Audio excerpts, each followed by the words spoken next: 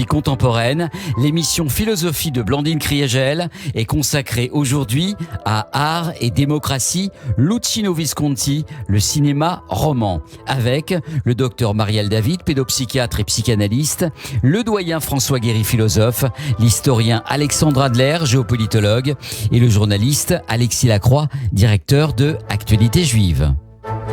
Oui, et notre ami Philippe Sinclair à la régie et Louis à la vidéo. Donc aujourd'hui, si vous le voulez bien, chers amis, nous allons parler de Luchino Visconti. Nous continuons notre enquête sur art et démocratie, c'est-à-dire en fait, au fond, la philosophie de l'art dans le monde démocratique. Et donc, nous allons regarder aujourd'hui un grand cinéaste, peut-être le plus grand des cinéastes européen, et le rapport qu'il a entretenu avec la littérature, avec le roman. Il s'agit évidemment de notre ami, si je puis dire, Luchino Visconti, et nous allons prendre quelque chose qui est très connu. Tout le monde a vu ce film magnifique, Le Guépard, et nous commençons par lire un texte comme d'habitude. L'un d'eux me demanda ce que vraiment venaient faire en Sicile ces volontaires italiens. Ils viennent nous apprendre les bonnes manières, mais ils ne pourront pas le faire parce que nous sommes des dieux, répondis-je. Je crois qu'ils ne comprirent pas. C'est ainsi que je vous réponds à vous aussi, cher chevalet. Les Siciliens ne voudront jamais être meilleurs pour la simple raison qu'ils croient être parfaits. Leur vanité est plus forte que leur misère.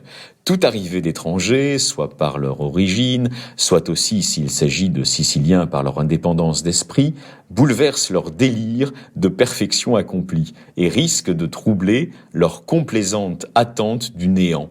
Piétinés par une dizaine de peuples différents, croyez-vous vraiment, chevalet, être le premier à espérer canaliser la Sicile dans le flux de l'histoire universelle ? Qui sait combien d'imams musulmans, combien de chevaliers du roi Roger, combien de scribes des Souabes, combien de barons d'Anjou, combien de légistes du roi ont conçu cette même belle folie. La Sicile a voulu dormir en dépit de leurs invocations. Pourquoi aurait-elle dû les écouter si elle est riche, si elle est sage, si elle est honnête, si elle est admirée et enviée de tous, si en un mot, elle est parfaite ? Chez nous aussi, à présent, on dit que la faute du mauvais état des choses, ici et ailleurs, revient à la féodalité. À moi donc, pour ainsi dire. Mais peut-être. Mais la féodalité a existé partout, les invasions étrangères aussi. Les résultats, pourtant, sont différents. La raison de la différence doit se trouver dans ce sentiment de supériorité qui éclate dans tout œil sicilien, sentiment que nous-mêmes nous appelons la fierté, mais qui est en réalité de l'aveuglement. Giuseppe Tomasi di Lampedusa, Il Gattopardo, Le Guépard. Merci beaucoup, Alexis. Alors, un texte évidemment célèbre qui est celui de Lampedusa, mais que Burt Lancaster, aussi bien que vous, Alexis, n'est-ce pas, a prononcé dans le film du Guépard, du moins. Hélas bien mieux. Dans une scène du Guépard. Il y a eu plusieurs prises. On a souligné l'identification de Visconti avec le prince Alina, n'est-ce pas, avec le héros du Guépard. Quelques mots sur Luchino Visconti. 1906-1976, il est né à Milan, il est mort à Rome, et il est devenu, si vous voulez, l'un des plus grands réalisateurs italiens du cinéma. Il est passé du néo-réalisme, il avait commencé par être l'assistant de Renoir, à des films historiques et romanesques, qui en fait sont une méditation au fond de tout ce qui est arrivé en Europe, une méditation douloureuse et superbe du destin des élites aristocratiques et bourgeoises au 19e et au 20e siècle, où le cinéma, évidemment, par lui, est entré en communion avec la littérature. Lampedusa, donc, mais aussi Leopardi, mais également Thomas Mann, dans Mort à Venise. D'ailleurs, pour le dire très simplement, Visconti savait de quoi il parlait, puisque lui-même est issu d'une des grandes familles aristocratiques italiennes, les Visconti, les ducs de Milan, et alliés d'ailleurs comme il le montre un peu dans Le Guépard, avec le mariage de la fille de Don Calogero, mariée à, au fond, la grande bourgeoisie de mérite italienne. Sa mère, Carla Erba, avait hérité d'un grand laboratoire pharmaceutique. Elle était alliée aux Ricordi, qui eux-mêmes avaient une grande maison d'édition de la musique. Dans son enfance, il avait entendu, parce qu'ils avaient été édités par les Verdi, Puccini, bref. Donc, en fait, il connaissait, c'est le moins qu'on puisse dire, ces élites italiennes. D'ailleurs, il a passé son enfance partagée entre un palais à Milan et puis la fameuse Villa Erba magnifique sur les bords du lac de Côme. Et donc, Visconti, a mené une carrière, on peut dire, éblouissante, où il s'est intéressé avant le cinéma, autant à l'opéra, en particulier il a monté certaines représentations avec Maria Callas à la Scala, et sur le théâtre, car il a monté au moins une quarantaine de pièces de théâtre. Et donc, le moment quand même décisif de sa vie, c'est le tournant pendant la guerre et le fascisme mussolinien. Il est rentré dans la résistance. Il a fallu d'ailleurs passer devant un peloton d'exécution. Et à la Libération, eh bien, il s'est inscrit dans le courant du néo-réalisme avec Rossellini et Fellini. Il a fait un bout de chemin avec, au fond, le Parti communiste italien, préoccupé qu'il était par la question sociale, le destin de l'Italie et de l'Europe. Et en vérité, alors dans ce texte, eh bien, comme je l'ai dit, n'est-ce pas, c'est un texte qui est très célèbre. Donc c'est ce fameux monologue du prince Salina sur le destin de l'aristocratie et à travers l'aristocratie sicilienne, celui de la Sicile et par là de l'Italie. Et c'est le moment où Chevalet, qui est un homme du Nord, émissaire du gouvernement de Victor Emmanuel, demande à Salina s'il veut bien non seulement approuver le Risorgimento, ce qu'il a déjà fait, mais participer directement au gouvernement d'Italie. Et la réponse négative du prince Salina, eh bien, elle tombe comme un coup près. Vous êtes venus nous civiliser, entre guillemets, nous apprendre au fond la propreté, la propriété et la prospérité, mais vous ne pouvez pas, car nous sommes des dieux, nous sommes parfaits. Bref, l'orgueil incroyable, n'est-ce pas, de cette aristocratie sicilienne, dont la vanité, au fond, confine à l'aveuglement. Trop tard, n'est-ce pas, au fond, c'est ce que semble dire Salina. D'ailleurs, l'un des rares philosophes à s'être intéressé véritablement à toute la production cinématographique, je parle de Gilles Deleuze, a, au fond, commenté ce trop tard qui revient sans arrêt dans l'œuvre de Visconti. Car, dit-il, au fond, c'est cette attitude qui a fait que l'Italie, qui était prise dans le flux de l'histoire universelle, en a été également écartée pour s'adonner au repos, au grand enfermement, dormir, n'est-ce pas, l'idée d'une perfection qui ne peut pas être atteinte, ni même être remplacée. Alors, la réponse ici à la fois de Lampedusa et que Visconti reprend à son compte, c'est que, au fond, ce n'est pas la condamnation du monde féodal, ce n'est pas la féodalité, c'est quelque chose, au fond, d'autre, de plus important, c'est l'aveuglement. Et il a élargi dans ses derniers films, Visconti, ce diagnostic pour transposer l'ombre portée de la défaite de l'aristocratie à celle de toutes les élites européennes. Si on rappelle ces derniers films, L'étranger, Mort à Venise, d'abord les damnés, Mort à Venise, Ludwig, Violence et passion et l'innocent, eh bien, sont toutes consacrées, tous ces films sont consacrés à ce déclin de l'aristocratie. Et cette fois, il ne s'agit pas seulement des seules élites aristocratiques, mais de toutes les élites européennes qui, enfermées dans l'orgueil et l'aveuglement, teintées de mélancolie, et Visconti, donc, a essayé, avec son formidable amour de l'art et de la beauté, sa perfection du détail, son soin maniaque, n'est-ce pas, décrit par tous ceux qui ont travaillé avec lui, de restituer à travers les palais, les bals, les costumes, la politesse, les passions et les intérêts, la représentation du désastre qu'il a transformé en délectation du paradis perdu. Il rejoint Proust à ce point, mais en élargissant finalement à tous les spectateurs, pas seulement au Happy Few, le spectacle. pour indiquer une voie vers le réveil. Au fond, rien pour lui n'est peut-être plus beau esthétiquement que la vie aristocratique, mais pas plus que la Révolution, il ne faut la recommencer. Alors, cher Alexandre, je me tourne vers vous pour vous poser une question au fond très simple. Puisque vous connaissez très bien l'Italie, vous parlez l'italien presque comme le français. Au fond, cette Italie du Risorgimento et contemporaine de Visconti, n'est-ce pas, de la Seconde Guerre mondiale, au fond, qu'est-ce qui s'est passé et comment, c'est le contexte, n'est-ce pas, de la réflexion de Visconti. Expliquez-nous-le, si vous le voulez bien. Alors, l'Italie est venue tard à la résistance, puisque finalement, le régime mussolinien l'a, au départ, presque protégé de l'histoire.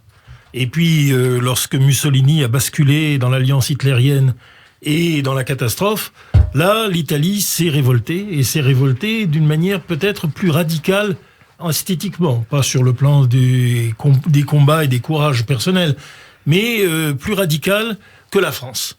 Et d'une certaine manière, l'ascendant intellectuel et notamment pictural à travers le cinéma néo-réaliste est le manifeste, au fond, de la victoire de la résistance, qui en France a été rendue impossible parce qu'il n'y a jamais eu de véritables œuvres de fiction qui acceptent très peu, en fait, qui discutent vraiment du général de Gaulle, du Parti communiste, de la résistance. Alors on l'a fait, mais c'est toujours un peu difficile et même Melville ne me convainc pas personnellement. En Italie, ce n'est pas du tout comme cela. L'Italie a été très bavarde. Elle a parfois été un petit peu excessive dans le démonstratif, mais enfin, bref, le cinéma italien nous renseigne sur le cinéma de l'après-guerre. C'est le véritable cinéma de l'après-guerre. Et donc, c'est faute de philosophie, la philosophie italienne, Galvano della Volpe et tout ça, c'est pas terrible, même si Althusser l'avait beaucoup lu. Non. En revanche, ce qui Coletti encore moins. Mais par contre, oui, le cinéma italien a été l'éducateur moral de toute l'Europe. Alexandre, au début, c'est la question sociale, et bientôt, on suit l'évolution de Visconti, c'est la question esthétique et culturelle, n'est-ce pas? C'est plus et même européenne. Luchino Visconti, lui, qui a été un communiste de la première heure, bien entendu un aristocrate absolument comme un certain nombre sans aucun qui se sont ralliés au communisme pendant la guerre. Mais bien entendu. Et en fait, Luchino Visconti, lui, avait attrapé le virus, si j'ose dire, du communisme. Avec Jean Renoir, avec Renoir, et il a été à son assistant pour la Marseillaise, ce film extraordinaire, épique et en même temps philosophique sur la naissance même de la Révolution française, ses ratés et sa tragédie. Eh bien, Visconti a continué ensuite avec ses propres moyens. Il était déjà fiché par la police italienne pour son rôle dans le cinéma français, bien entendu. Mais enfin, il a survécu comme il a pu. Et dès que la résistance s'est posée, il en a fait. Il en a fait de la véritable et il a même mis sa vie en jeu. Et après cela, il est le véritable poète philosophique. Il y a bien sûr, comme toujours, le poète philosophique. Il y a d'abord une pluralité. Regardez Raphaël, regardez Michel-Ange, mais il y a quand même d'abord, et c'est tout à fait normal, Léonard de Vinci. Eh bien, le Léonard de Vinci du cinéma néo-réaliste, c'est évidemment Luchino Visconti. Mais après la fin, parce que c'est dans la fin où il parle de l'Europe. Alors, il commence évidemment, au lieu de faire des films militants, c'était pas son genre, il commence à discuter pourquoi y a-t-il un échec de la révolution démocratique italienne. Pourquoi a-t-on eu, à la fin, il me pose, c'est Fellini qui pose la question, mais enfin, pourquoi finit-on avec Berlusconi? Pourquoi y a-t-il non pas du rien, mais du sous-rien? Au lieu alors que l'Italie était le peuple philosophiquement et culturellement qui a inventé avec Berlinguer l'eurocommunisme et tout ça. Ben non, c'est pas lui, c'était Berlusconi. Alors ça, il a donc réfléchi à cela. Et il a réfléchi de manière, en interrogeant le 19e siècle. Et le fascisme, et le roman de Lampedusa, et le nazisme, avec les damnés, etc. Il a essayé de faire une espèce de et le wagnérisme. Il a fait une espèce d'anatomie et de physiologie de la catastrophe européenne. Voilà. Et c'est cela qui en fait aujourd'hui le plus grand poète cinématographique de l'Europe. Oui. Alors Après Thomas Mann, l'Amérique a fait le train sifflera 3 fois sur le macartisme. Oui. Mais la philosophie, nous la devons à Visconti. Oui, merci beaucoup Alexandre. Alors François, vous, qu'est-ce que vous inspire ce texte, François? Oui, je le trouve très inspirant. J'ai un souvenir du film. Que François j'ai vu. Guéry, doyen François Guéry. Merci. Un souvenir du guépard. Enfin, il y a 2 scènes qui m'avaient frappé. Il y en a une où le prince Salina fait visiter ses caves où pendent des jambons crus. Et alors on s'extasie, etc. Et puis l'autre scène qui m'avait frappé, j'en ai retenu en fait que de vraiment intense. La cuisine italienne. Comment ? La cuisine italienne. Non. C'est quoi alors ? L'autre, c'est la manière dont Delon courtise à table pendant la grande fête Claudia Cardinal, donc la fille de Don Calogero. Oui. Et alors il lui fait une plaisanterie un peu crue. Où il avoue qu'elle est plutôt tentante. Oui. Et alors, elle éclate d'un rire qui dure pratiquement 1 minute. Et au cinéma, ça fait long, dans un silence sépulcral, parce que tout le monde se demande ce qu'il fait là. Bon, alors, moi j'en tire 2 conclusions comme ça. La noblesse est terriblement rurale. Elle est vitale, si on veut. Et donc, elle a quelque chose d'éternel, comme est la vie. La vie est éternelle, c'est un cycle. Alors, Marx a dit, la noblesse, c'est la zoologie. Alors, il voulait naturellement dire le pédigré, comme les chevaux de course, comme les chiens de race, etc. Mais plus que ça, à mon avis, c'est plus que ça. Elle est attachée à un monde qui était celui de la nature. Et en fait, malgré tout, le destin de l'aristocratie et le destin du monde agraire sont absolument solidaires. Et donc, la modernité a tué la noblesse à terme, si on veut. Elle l'a tué progressivement, mais elle l'a tué. Alors là, il y a un attachement au sang. Bon, il parle de son sang bleu. Enfin, il dit qu'il est un dieu, etc. Un attachement au sang, mais aussi un attachement à ce qui sommeille. Mais qu'est-ce qui sommeille ? La nature sommeille beaucoup. Elle se réveille aussi. Mais les deux, il y a quelque chose qui n'est pas le mouvement de l'histoire. N'est pas le mouvement de l'histoire. Alors maintenant, je trouve quand même que le film... Le sommeil, comme il le dit, dormir, n'est-ce pas, que les Siciliens ont dormi. Elle se réveille beaucoup parce que le fils de ce noble épouse une fortune, quand même, s'engage dans les chemises rouges, etc. Donc, il se survit. Et je pense que ce serait intéressant de voir aussi toutes les manières dont l'aristocratie survit au monde agricole qui était son monde, si on veut, et se glisse dans toute la modernité. Oh, merci. Oui, c'est que les Italiens appellent le transformisme. Oui, peut-être. Oui. Autre question à notre ami le docteur politique italien. Pardon. Autre question à notre ami le docteur David, c'est sur la pulsion de mort, parce que il montre qu'il y a une affinité avec la mort, comme le dira Thomas Mann, n'est-ce pas, de cette. Et il est vrai que dormir, mourir, bon, que dans le même temps, eh bien la découverte par Freud de la pulsion de mort, contemporaine d'ailleurs de la montée de la Première Guerre mondiale. Alors qu'est-ce que vous nous dites de ça, chère Marielle ? Oui, je pense qu'en effet, Visconti a travaillé dans toute son œuvre sur la question de la pulsion de mort. Oui. Alors, je crois que le guépard est inséparable de cette phrase il faut que tout change pour que rien ne change. Oui. Hein, bon. Ça donc perd et ça, adem, c'est même si c'est tacite dans le texte. Une manière de dire que dans la pulsion, il y a de la répétition. Hein, il y a de la répétition, c'est une idée freudienne. Il faut savoir d'ailleurs que Lampedusa avait une épouse psychanalyste. Voilà. Et juive. Et juive, voilà. Donc, si vous voulez, l'œuvre de Visconti va commencer dans ce texte-là à montrer ce qu'il en est, à mon sens, du narcissisme dans la pulsion de mort. Car oui, au fond, oui. Ce texte, c'est un immense narcissisme sicilien. Ils se sentent absolument supérieurs. Mais comme des dieux, nous sommes des dieux. Voilà. Donc il n'y a pas de narcissisme plus supérieur que ça. Bien sûr. Et finalement, ça n'amène pas qu'à la perfection de la vie. Mais enfin, il y a quand même de la vie dans cette histoire. Oui. Hein, il y a quand même de la vie. La vie gagne encore. Oui. Elle doit gagner, en tout cas. Elle va gagner. Il y a des jeunes qui vont évoluer, etc.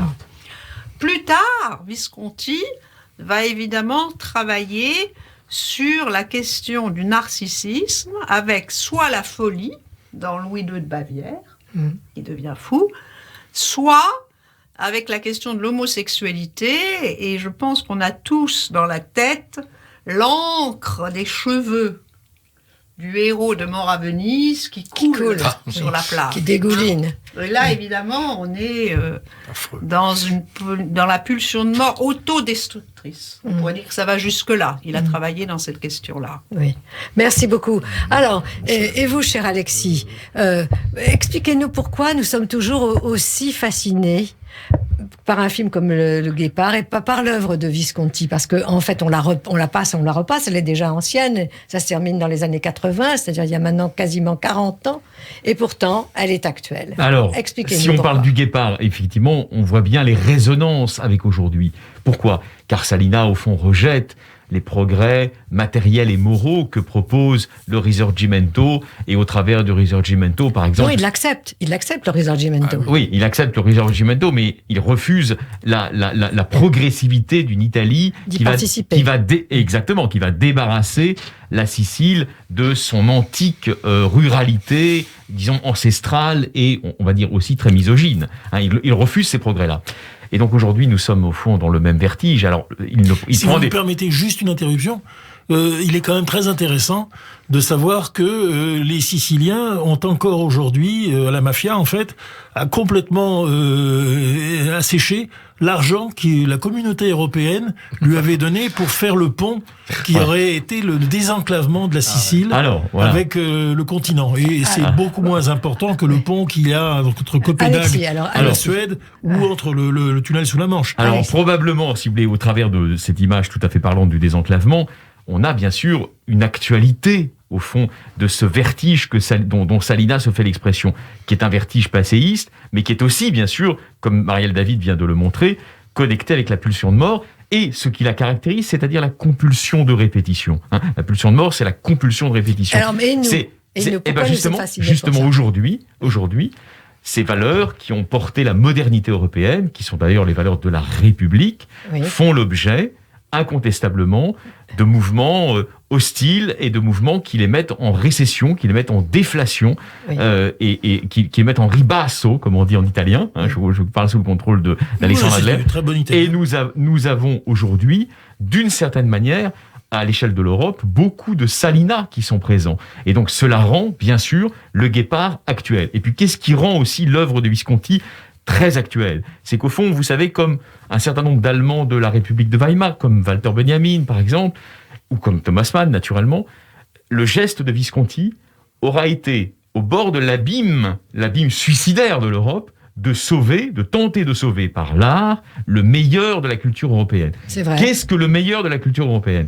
C'est l'idée qu'au fond, il y a par l'esprit quelque chose qui, dans l'humanité, reste immortel, saute par-dessus l'abîme de la pulsion de mort. Et donc, on peut lire de ce point de vue-là, l'œuvre de Visconti, y compris les films les plus crépusculaires. Vous avez cité Les Damnés, on peut citer La Mort à Venise aussi, je crois que vous y avez fait référence. On peut déchiffrer aujourd'hui ces films comme une sorte de conservatoire ou d'archive de la grandeur européenne déchue. Parfaitement. Et vous, alors, un dernier mot, Alexandre, et vous concluez. Je pense à Senso, la bataille de Lissa. C'est la fin du Risorgimento, puisque finalement, il n'ira pas jusqu'au bout. Et Roquera, donc, la guerre de 14, avec ses massacres, pour que finalement, l'Italie se réunifie encore pas très longtemps. Mais, en effet, Senso, c'est peut-être le poème philosophique le plus profond de Visconti.